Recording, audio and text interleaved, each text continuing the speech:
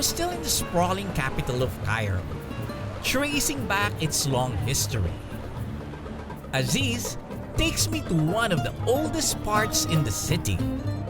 What most people don't know is that Egypt used to be a major Christian country for hundreds of years before the Islamic conquest. Christianity in Egypt began in Alexandria when the Apostle Mark traveled there in 33 AD, during the time of the Romans.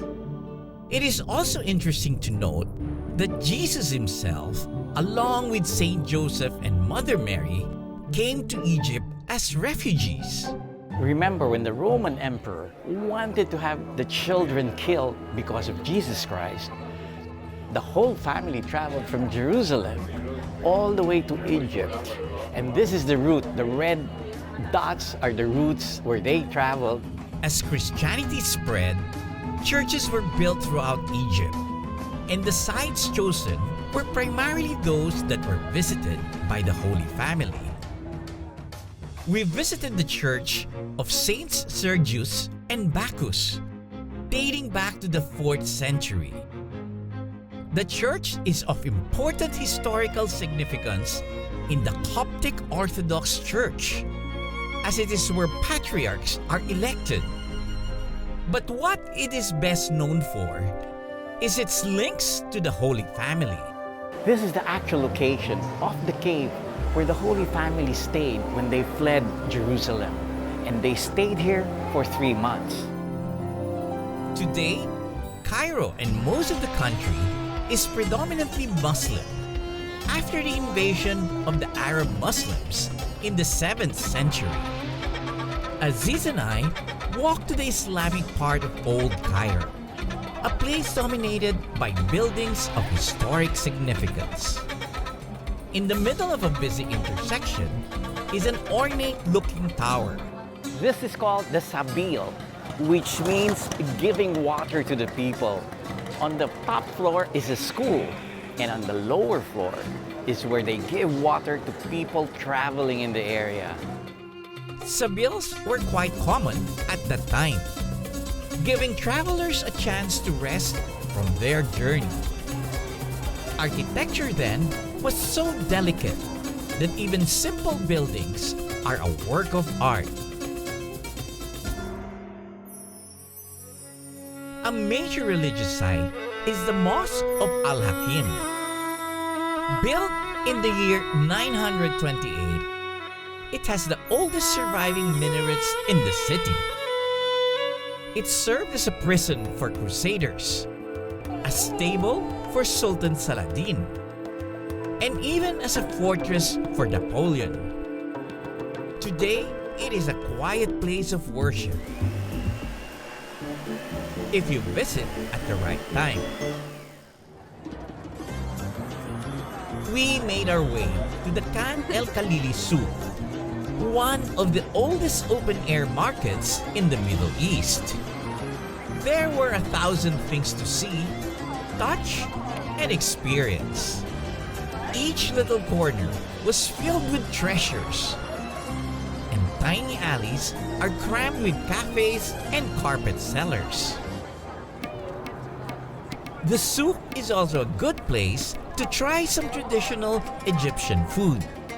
We chanced upon a shop making a type of pastry where the dough is rolled flat, topped with meat, cheese, vegetables, and spices before being baked in the customary oven.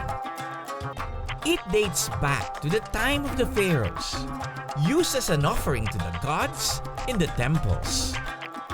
Of course, we had to try it ourselves. And this looks like an Egyptian pizza. In Arabic, we call it fitir.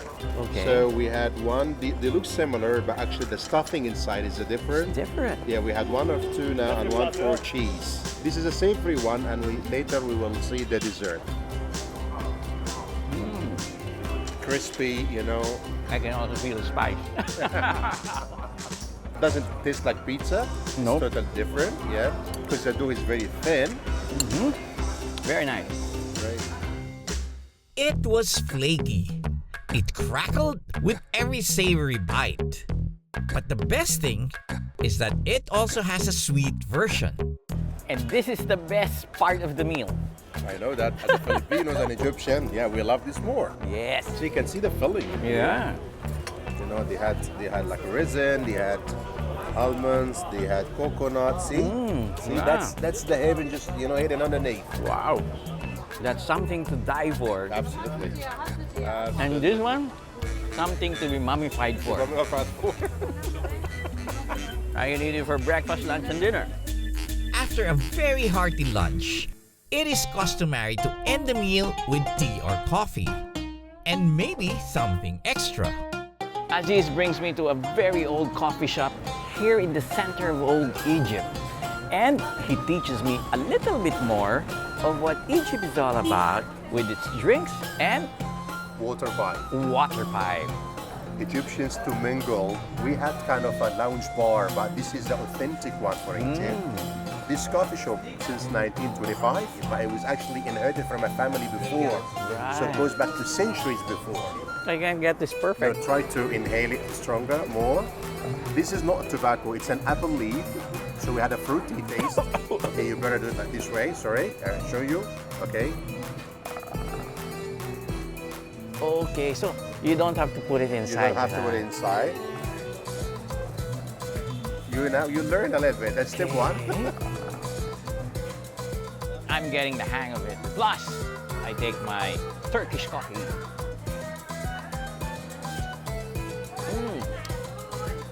Excellent, thick coffee. Very thick, muddy coffee. I don't know what it is about the mint tea and Turkish coffee. But Aziz was right. It was indeed the best way to mingle.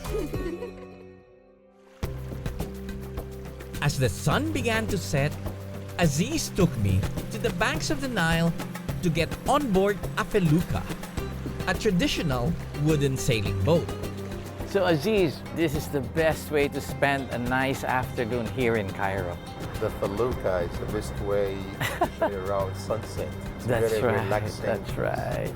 No engine, and as you see it, it's I nice. know. It was the quickest way to travel. And the Nile is really the center of life here. That's very true.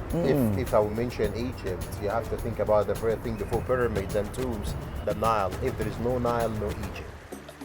The Nile, prized and venerated by its people, is the very reason that this mighty civilization rose from the desert sands of the Sahara.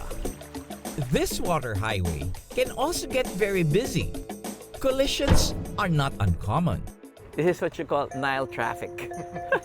But you have to make sure your boatman knows what he's doing. He's not a sailor.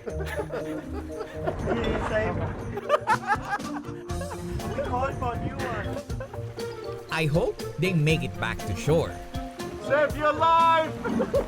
Well, that's it for another crazy day in Cairo. Up next, I behold one of the world's greatest man-made marvels and ponder on the mysteries that surround it before heading to the next stop in my journey back in time.